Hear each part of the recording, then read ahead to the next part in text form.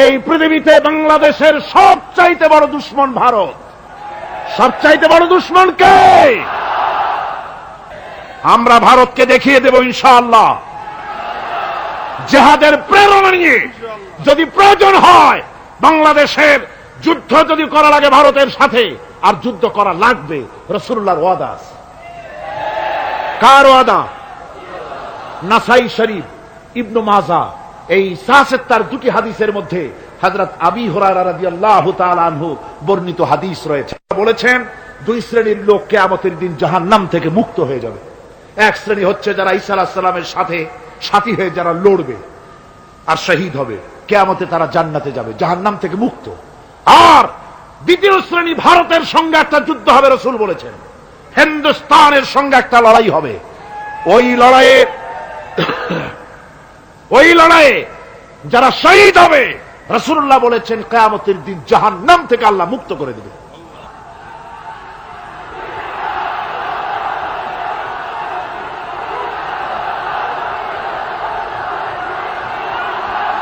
আমার মুসলমান ভাইয়েরা,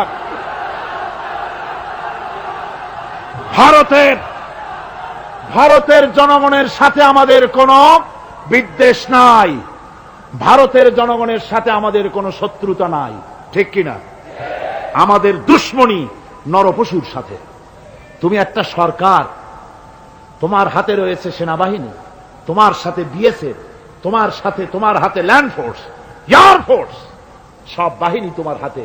মসজিদ ভাঙে চোখের সামনে, তোমার বাহিনীর লোকেরা অস্ত্র নিয়ে দাঁড়িয়ে থাকে, একটা ফাঁকা গুলিও করলো না।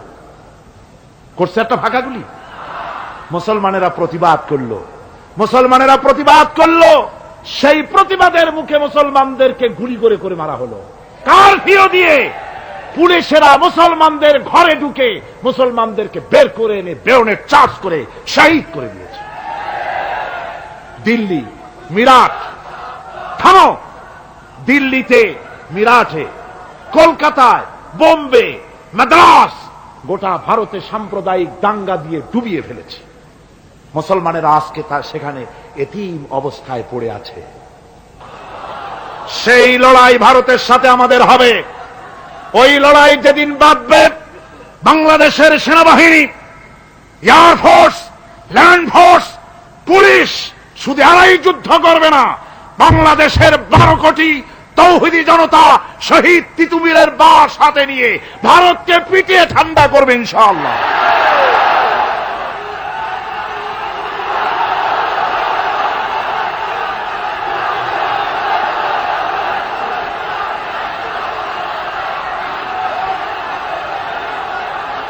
আমার দেশে ভারতের মসজিদ ভাঙার প্রতিবাদে আমাদের দেশে একটা হিন্দুও মরে নাই, কথা ঠিক কিনা কন? কিন্তু ভারতে ভেঙেছে তারা বাবরি মসজিদ, আমার দেশের 15 জন মুসলমান পুলিশের গুলিতে নিহত হয়েছে। আমার দেশে হিন্দু মরে নাই, তোমরা আমার দেশে সেখানে আমার মুসলমান মেরেছ। হযরত আব্দুল্লাহ বিন ওমর রাদিয়াল্লাহু তাআলা আনহু বলছেন যে আমি রাসূলের সঙ্গে কাবা শরীফ তাওয়াফ করতেছিলাম, আমি বলতে শুনলাম রাসূল বলছেন, হে কাবা, তোমার কত মর্যাদা, তোমার কত সম্মান, তুমি কত মহান, তোমার কত ইজ্জত। তবে কাবা শুনে রেখো, আল্লাহ রাব্বুল আলামিনের একটা মুমিন বান্দার যে মর্যাদা, তোমার মর্যাদা যত হোক একটা মুমিনের চাইতে নিশ্চয়ই বেশি নয়। তোমরা মসজিদ ভেঙেছো আর আল্লাহর মুমিন বান্দাদেরকে ভেঙেছো। ভারত সরকার শুনে রাখো, মসজিদ ভাঙো নাই, তকদির ভেঙেছো। মসজিদ যেভাবে মসজিদের ইটগুলি টুকরা টুকরা হয়েছে, গোটা ভারত আজ হোক কাল হোক মসজিদের ইটের মতোই টুকরা টুকরা হয়ে যাবেই যাবে ইনশাআল্লাহ।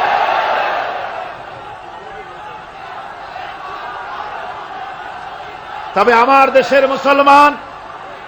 আমার দেশের মুসলমানদেরকে মনে রাখতে হবে, আমরা প্রতিশোধের নীতিতে বিশ্বাস করি না।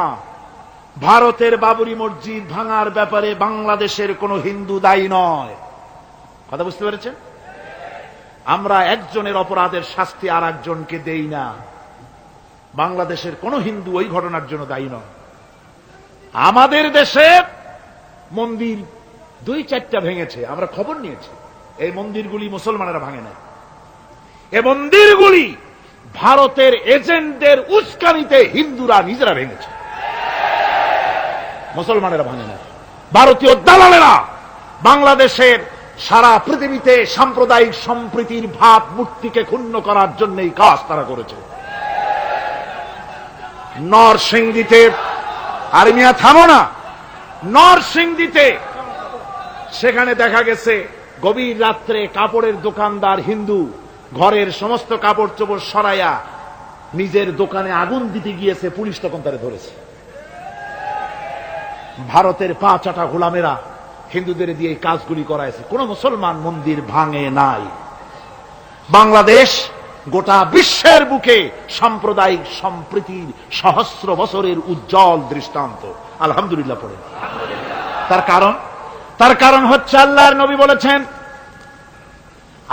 নবী বলেছেন সংখ্যালঘু মুসলিম এলাকায়, সংখ্যাগরিষ্ঠ মুসলিম এলাকায় সংখ্যালঘু অমুসলিম যারা, তারা হতেছে পবিত্র আমানত। ওই আমানতের কেউ যদি খেয়ানত করে, অর্থাৎ অমুসলিমদের পরে যদি কেউ অত্যাচার করে, তাহলে আমি নবী মুহাম্মদুর রাসূলুল্লাহ সাল্লাল্লাহু আলাইহি ওয়াসাল্লাম কিয়ামতের দিন আল্লাহর দরবারে মুসলমানদের বিরুদ্ধে মামলা দায়ের করব।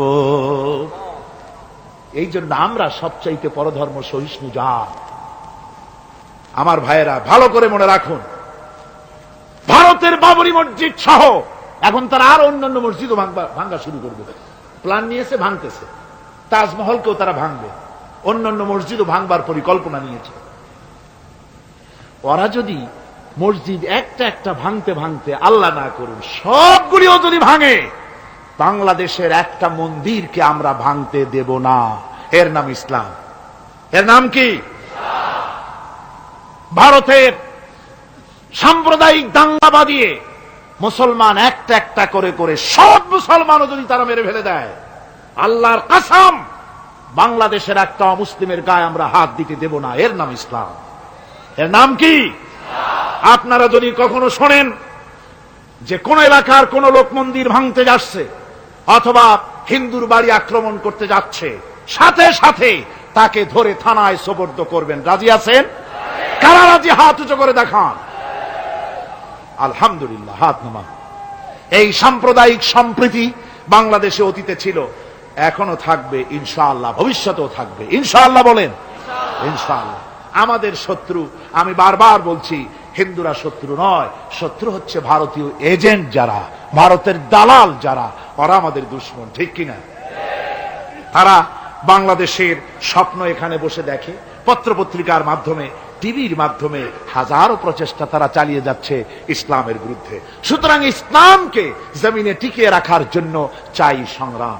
তাই আল্লাহ রাব্বুল আলামিন বলেছেন, وَتُجَاهِدُونَ فِي سَبِيلِ اللَّهِ بِأَمْوَالِكُمْ وَأَنفُسِكُمْ ذَلِكُمْ خَيْرٌ لَكُمْ إِن كُنتُمْ تَعْلَمُونَ। আল্লাহ পাক বলেন, আমার রাস্তায় জিহাদ করো, জান দাও, মাল দাও, জান দাও, জিহাদ করো, এটাই হলো উত্তম কাজ। যদি তোমরা ইসলাম বুঝে থাকো, এটাই তোমাদের জন্য কল্যাণকর। আগে বলেছেন মালের কথা, পরে জানের কথা। আগে কোনটা? মাল, পরে জান। যেহেতু আমরা জানের চাইতে মালের মহব্বত করি বসি, ঠিক কিনা? তো মালের মহব্বত করি বেশি, আমরা কথায় কথায় বলি, আরে ভাই দরকার যদি হয় জানটা দিয়ে দিব, আর জান যদি দিয়েই দেন তো মালটা তো থেকেই গেল। এই জন্য আল্লাহ বলেছেন মাল আগে দাও, তারপরে জান দাও। আমরা খুব চালাক, আমরা জান দিতে প্রস্তুত, মাল দিতে প্রস্তুত নই। একবার একটা লোক যাচ্ছে রাস্তা দিয়ে, সাথে তার প্রিয় কুকুর। কুকুরটা জিহ্বা বেরিয়ে গেছে, মরে যাচ্ছে। কুত্তার মালিক কাঁদতেছে। একজন লোক এসে বলে, ভাই তুমি কাঁদো কেন? কয় যে আমার এই কুত্তাটা খুব প্রিয় কুকুর, কুকুরটা মরে যাচ্ছে তাই কাঁদছে। কুকুর মরে কেন? কয় কুকুরটা মরতেছে 3 দিন ধরে আমি কোনো খাবার তাকে দিতে পারিনি, সেই জন্য কুকুরটা মরছে। আচ্ছা হোক কুকুর, তবু তো আল্লাহর সৃষ্ট এক প্রাণী, কি খেতে দেওয়া যায়? এদিক ওদিক তাকায় দেখে কুকুরের মালিকের কাছেই রয়েছে একটা পোটলা। কয় মিয়া তোমার এই পোটলার মধ্যে কি? কয় পোটলার মধ্যে হালুয়া আর রুটি। তোমার পোটলার মধ্যে হালুয়া আছে, রুটি আছে? কুত্তা মরে ক্ষুধার জ্বালায়, তুমি সেখানে কান্দো, ওর থেকে এক টুকরো রুটি দিলেই তো কুত্তা বাঁচে। কুত্তার মালিক বলছে, মিয়া সাহেব ওই সব ফতোয়া আমারে শুনেন না, এগুলো আমি খুব জানি। রুটি আর হালুয়া দিলেই তো আমার পয়সা খরচ হবে, ওর দরদে যে কাঁদতেছি এর জন্য তার পয়সা খরচ হচ্ছে না। আমাদের অবস্থা কিন্তু তাই হয়েছে। ইসলাম বিদায় হয়ে যায়, যাক না, কিন্তু আমি কাঁদবো, পয়সা দিব না। রাসূলের করুণ ঘটনাগুলি শুনে চোখের পানি ফেলবো, কিন্তু এই করুণ ঘটনা কেন ঘটলো সেই ময়দানে আমরা পা ফেলবো না। এরকম একটা অ্যাটিটিউড, এ ধরনের একটা মেন্টালিটি আমাদের মধ্যে গ্রো করেছে, ঠিক কিনা কর? আমার ভাইয়েরা, মাল দিতে হবে, জান দিতে হবে, সবকিছুকে উৎসর্গ করে দিতে হবে আল্লাহর দ্বীন প্রতিষ্ঠার জন্য। যার পয়সা আছে, পয়সা দিয়ে কি করবেন যদি আল্লাহর দ্বীন এ জমিনে কায়েম না হয়? আল্লাহর দ্বীন কায়েম না হলে অসত্য, বদমাশি, শয়তানি, সব রকমের অন্যায় কাজ দিয়ে ভরে যাবে দেশ, ক্রমান্বয়ে অশান্তির দিকে যাবে। শান্তি আসবে কেবলমাত্র ইসলাম প্রতিষ্ঠা হলে পরে। আমাদের অবস্থা হলো যে আমরা ওই কুফাবাসীদের মতো। কাদের মতো? কুফাবাসীদের মতো। কুফাবাসীরা হযরত ইমাম হোসেনের জন্য দারুণ ভাবে কেঁদেছে, ঠিক কিনা? কুফাবাসীরা ইমাম হোসেনকে দাওয়াত দিছিল কারা? কুফাবাসীরা। অনেকগুলি চিঠি তারা লিখছে। কুফাবাসীরা ইমাম হোসেনকে ভালোবাসতো, দাওয়াত দিয়েছে, তার জন্য কেঁদেছে। কিন্তু কুফাবাসীদের চোখের পানিটা ছিল ইমাম হোসেনের জন্য, আর অস্ত্র, টাকা পয়সা, শক্তি সবটা ছিল এজিদের জন্য। কথা বুঝতে পেরেছে? কুফাবাসীদের মতো অবস্থায় আমাদের হয়েছে। কুফাবাসীদের হযরত ইমাম হোসেনের জন্য তারা শুধু চোখের পানি ফেলেছে, আর টাকা পয়সা, অস্ত্রপাতি যা ছিল সব ছিল তাদের এজিদের জন্য। আমাদের অবস্থাও তাই। আমরা ইসলামের জন্য শুধু চোখের পানি ফেলি, আর যখন ভোট দেই তখন ইসলাম যারা চায় না তাদেরকেই ভোট দেই, ঠিক কিনা? আমাদের টাকা, আমাদের পয়সা, আমাদের ইলেকশন, আমাদের হরতাল, আমাদের ধর্মঘট সবকিছু হচ্ছে ইসলাম যায় না, যারা চায় না তাদের জন্য। আর ইসলামের যখন কথা বলি, ইসলামের কথা শুনলে শুধু চোখের পানিটাই ছাড়ি, মহব্বত চোখের পানি দিয়া শেষ করে দিই, আর কিছুই করি না। আমি একবার এইখানে এই শহরে অনেক বছর আগে একটা জানাজায় শরীক হয়েছিলাম। কোন মাঠে আমার এখন তার মনে নেই। জানাজার পরে যিনি জানাজা পড়ালেন তিনি বললেন, ওই লাশকে সামনে রেখে বললেন, কেন আসিল? তখন আমি নতুন নতুন চিটাগাং আসছি, আমি ভাষা ভালো করে বুঝিও না। একজন বলল কেন আসিল, সবাই কইল গম আসিল। তাই বললাম যে গম আসিল, মরা মানুষের সাথে গম, আমি আটা গম তাই মনে করেছি যে এটার কি সম্পর্ক। আমি ইমাম সাহেবকে জিজ্ঞেস করলাম যে আপনি বললেন কি, আর জনগণই বা বললো কি? কয় যে আমি জিজ্ঞেস করলাম যে লোকটা কেমন ছিল, তো সবাই বললো ভালো ছিল। তাই বললাম তো ফায়দা কি? ফায়দাই যে সবাই বললো ভালো, আল্লাহ তারে মাফ করে দিয়া ভালো বলে বেহেশতে পাঠায় দিল। বলে আশ্চর্য কথা, আল্লাহ কি এইরকম নাকি যে একটা সুদখোর, ঘুষখোর, জেনাকার, এ লোক ভালো না খারাপ আমি তা বলতে চাই না, কিন্তু একটা লোক সে কন্ট্রাক্টর ছিল, কন্ট্রাক্টারি করতে গিয়ে রাস্তাঘাট, স্কুল কলেজের রড সিমেন্ট জনমের মতো খাইছে। কথা বুঝতে পেরেছেন? সরকারি গিয়ে, ক্ষমতায় গিয়ে গভর্নমেন্টের টাকা পয়সা জনমের মতো শেষ করে ফেলেছে। এই লোকটি সুদখোর, ঘুষখোর, জেনাকার মরে গেছে, আর আসে আপনি কইলেন যে কেন আসিল, সকল কইল গম আসিল, আর আল্লাহ বেহেশতে দিয়ে দেবে। তাহলে আল্লাহ হাকামুল হাকিমিন হইলেন কি করে? এটা কি বিচার হইল নাকি? কি করে সম্ভব? আমার বন্ধুগণ, আমরা যখন মরে যাই, মরার পরে আমাদেরকে কবরের মধ্যে রাখা হয়। কবরের ভিতরে রেখে আমাদেরকে বলা হয়, যারা কবরে রাখে তারা বলে, মৃত্যু ব্যক্তিকে কবরে রাখার সময় বলে, বিসমিল্লাহি আলা মিল্লাতি রাসূলিল্লাহ, আল্লাহর নামে রাসূলের দলে উঠাই দিয়ে গেলাম। আল্লাহর নামে কার দলে উঠাইলো? রাসূলের দলে। চিন্তা করেন ভাইরা, আল্লাহর নামে রাসূলের দলে উঠাইলেন কারে? তার যৌবনকালে যত মিছিল করেছে, ধর্মনিরপেক্ষতাবাদের পক্ষে মিছিল করেছে, পুঁজিবাদের পক্ষে মিছিল করেছে, সমাজতন্ত্রের পক্ষে মিছিল করেছে, স্লোগান দিয়েছে, দেওয়ালে লিখেছে, বক্তৃতা করেছে, ভোট দিয়েছে, বই লিখেছে, জীবনে যা কিছু করেছে সব করেছে মানুষের তৈরি করা মতবাদের জন্য।